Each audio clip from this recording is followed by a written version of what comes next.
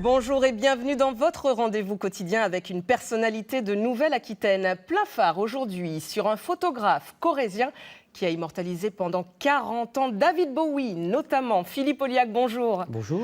Alors, plein phare sur vos débuts, votre passion pour la photo va de pair avec celle pour David Bowie? C'est grâce à David Bowie que je suis arrivé à la photo. Avant lui, Avant pas de lui, photo. là, quelques photos comme ça, mais sans plus. Mais je suis devenu photographe pour rencontrer David Bowie. Comment est née cette passion pour David Bowie, du coup? Un soir de Noël 72, en Corrèze, il n'y a pas la télé, j'écoute la radio, une émission de José Arthur, le Pop Club. Et dans cette émission, il passait fréquemment Lou Reed, T-Rex, Iggy Pop. Et un jour, il passe David Bowie. Je dis, tiens, ça c'est quand même pas mal. Mais qui est cet homme-là? Et donc je prends mon Solex à l'époque, je vais chez un marchand de journée. On était quoi dans les années 72. 72. Noël 72. Et je prends mon Solex en hiver, en Corrèze, ce qui n'était pas vraiment l'outil qu'il fallait, découvrir qui était cet homme-là, en allant feuilleter les magazines. En feuilletant les magazines, cet homme-là était habillé en robe. C'est la fameuse photo où Bowie est habillé en femme. Je dis, tiens, c'est étonnant, ça change un peu de tous ces espèces de babacool un peu grisonnants qui traînaient dans la Corrèze, le Larzac, un peu tout ça. Et le mois d'après, j'y retourne pour revoir s'il y a des photos. Mais je n'ai aucune connaissance de photos, d'optique ni quoi que ce soit. Je vois un portrait très serré. Et à côté de ce portrait, il y a le nom d'un photographe. Il y a un nom. Je me rapproche. Je dis, mais si cette personne a fait une photo d'aussi près, c'est qu'il était contre lui, il l'a rencontré, il lui a parlé. Donc je ne veux pas être un fan, je veux rencontrer les rockstars, je veux rencontrer David Bowie, donc je serai photographe. C'est beau comme histoire.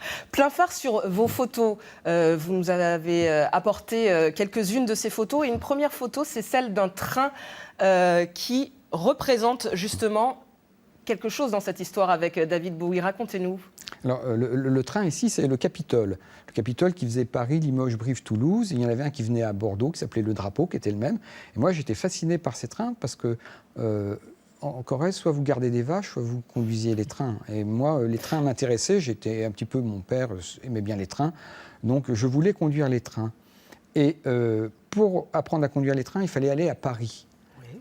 Et c'est à Paris. Et donc, j'ai appris l'école de la SNCF à conduire les trains. Mais à Paris, il y avait aussi les maisons de disques. Les maisons de disques des Beatles et de Bowie. Et au lieu de reproduire les photos dans les journaux, pour m'habituer au rockstar, j'allais frapper à la porte des maisons de disques pour avoir des vraies photos. Vous êtes servi du train pour vous rapprocher de votre passion. Voilà, c'est ça. Je faisais les deux en même temps. Et rapidement, les maisons de disques m'ont confié à faire des reproductions de leurs photos. Il n'y avait pas d'Internet, donc quand une photo d'un artiste étranger arrivait, il fallait faire des duplicata pour arroser les journaux. Donc ils me les confiaient. Et c'est comme ça que j'ai réussi un peu à gagner leur confiance, alternativement avec le train, qui jouera plus tard aussi un autre rôle. On va y venir à ce rôle du train. C'est votre première rencontre avec David Bowie. Alors, ma première rencontre avec David Bowie se passe un peu par hasard, puisqu'on me téléphone, on me dit « Est-ce que tu es d'accord pour partir avec nous une semaine en Angleterre faire des photos ?» La maison de disques me pose la question. Ça, c'est parce que vous alliez à Paris régulièrement. J'étais à Paris, oui. Agents. Vous étiez à Paris. Oui. Et je dis oui, pourquoi, c'est quoi? Et la femme au téléphone de chez RCA me dit « On ne te demande pas pourquoi. » Et qu'est-ce que c'est? On te demande de répondre oui ou non. Et là, l'inconscient répond oui. Et on me donne donc rendez-vous à la gare du Nord, le samedi 2 mai au matin à 9h. C'est top secret, il y a 2-3 Anglais qui s'affolent là. On ne me dit rien, je suis là très jeune, hein, j'ai à peine 18 ans, avec mon matériel photo. Et dans l'angle gauche, comme ça un petit peu, je vois arriver 2 petits bonhommes. Un petit bonhomme, les cheveux blancs en habit de la Gestapo et en ranger, c'était Iggy Pop. Et un autre, en treillis kaki et les cheveux rouges, c'était David Bowie. Mais petit par la taille? Oui, c'est pas des grands. Ils faisaient 1m72, 73, c'était pas des grands. Mais moi, je m'attendais à voir des rockstars arriver, même si je savais que c'était plus Iggy Stardust ni des Stooges.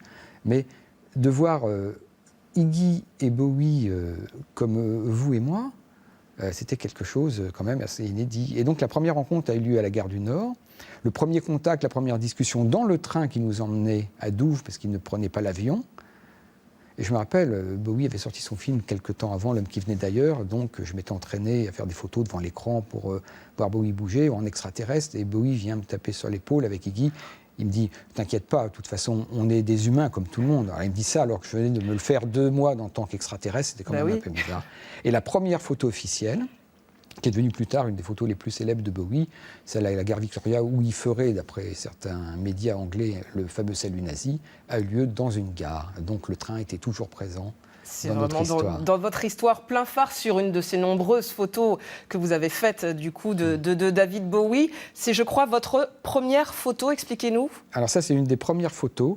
C'est un demi-portrait de David Bowie fait dans un rendez-vous qu'on avait entre nous pour faire des images privées. Et Bowie parlait beaucoup de... Il n'avait qu'un demi-cerveau qui fonctionnait. Son frère était schizophrène, ses tantes étaient dépressifs, et lui disait qu'il avait la moitié du cerveau qui ne marchait pas. Et donc, sur un recadrage d'une photo, voilà, j'avais recadré le vrai David Bowie qui fonctionne, c'est-à-dire le demi-Bowie qui fonctionne. Et cette photo est relativement maintenant très connue. Vous n'aviez pas le trac au début quand vous avez pris vos premiers clichés de cette rockstar pour vous?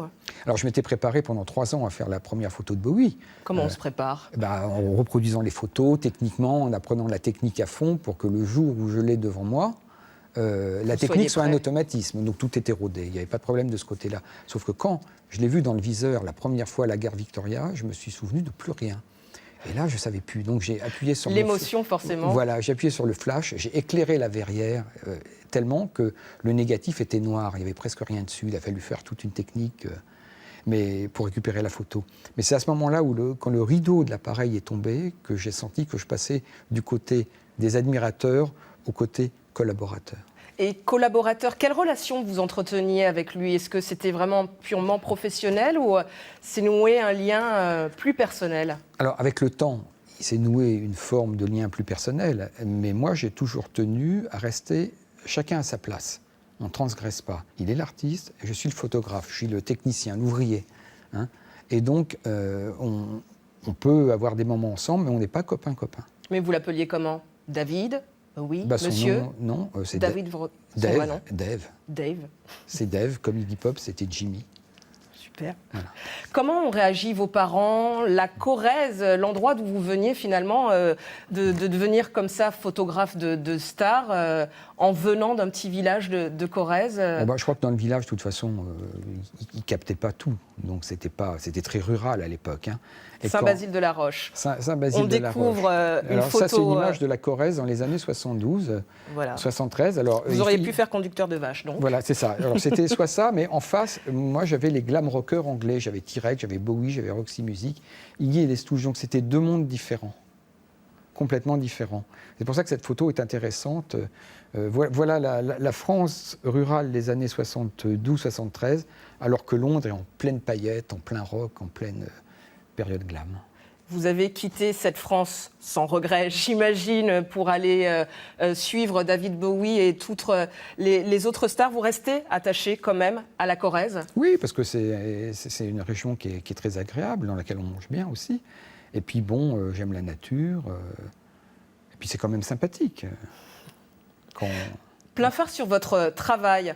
On va découvrir le premier appareil photo avec lequel vous avez photographié David Bowie avec cet appareil photo. Alors, j'ai fait quelques photos de David Bowie au début avec cet appareil-là. C'était l'appareil photo de mon père.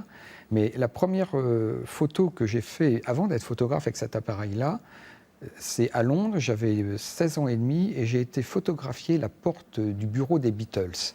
Vous nous avez envoyé cette porte. On va la découvrir ensemble. Voilà. Et peu de temps après, elle a été condamnée, c'est devenu une pièce de collection, elle a été démontée, gardée comme ça. C'est peu après leur séparation. Je n'étais pas du tout photographe et j'avais un peu entrouvert les parois en bois pour passer juste l'appareil. C'était déjà le côté un peu paparazzo pour faire cette image-là. Parce que derrière, il y avait John Lennon, il y avait Yoko Ono, il y avait Paul McCartney, George Harrison, et voilà. Et symboliquement, c'était important. Et aujourd'hui, cette photo est une photo très connue parce que c'est la seule qui existe de cette porte. On arrive à garder les pieds sur terre quand on côtoie autant de stars? Ah oui. J'ai des bonnes chaussures tout le temps. Donc, Et vos amis, ils vous disaient, vos amis de votre village de Corrèze, vous demandaient des autographes pour eux? J'avais pas de... Vous n'aviez pas d'amis? J'avais pas d'amis. quand vous commencez à fréquenter ces gens-là, et quand vous venez même à Paris, à l'époque, vous n'avez pas trop d'amis, on vous prend un petit peu pour...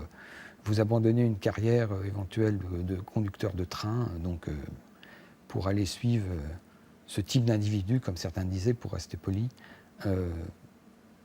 d'autres stars vous ont approché suite à votre travail avec David Bowie. Il y a notamment Steven Spielberg. Alors, Steven Spielberg, c'est un peu après. J'avais photographié beaucoup de rockstars, j'avais produit déjà beaucoup de films, de concerts, parce que je viens de la BBC aussi. Et Steven Spielberg avait vu des images de ce que je faisais, donc un type de cadrage. Et après la liste de Schindler, il avait voulu dans le monde entier faire raconter l'histoire à tous les survivants des camps de concentration et de la Shoah.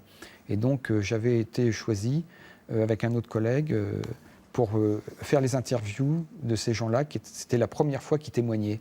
Et donc pendant plusieurs années, j'ai enregistré plus de 200 à 300 interviews de rescapés des camps. Et là aussi, je me retrouve sur les rails, dans un autre train, avec le raccord avec Bowie de ce fameux salut nazi. Le train, c'est vraiment le fil rouge. C'est le fil rouge et le rail, en fin de compte. De votre vie, on va découvrir 2 dernières photos que vous avez tenu à nous faire partager. La Corrèze, encore. Tarnac. Alors ça, c'est Tarnac, aujourd'hui. Où vous vivez. Voilà, c'est un autoportrait de Tarnac. Alors c'est un clin d'œil à un artiste suisse qui s'appelle Rémi Zog, qui faisait lui aussi des photos en écrivant ce qu'il y avait.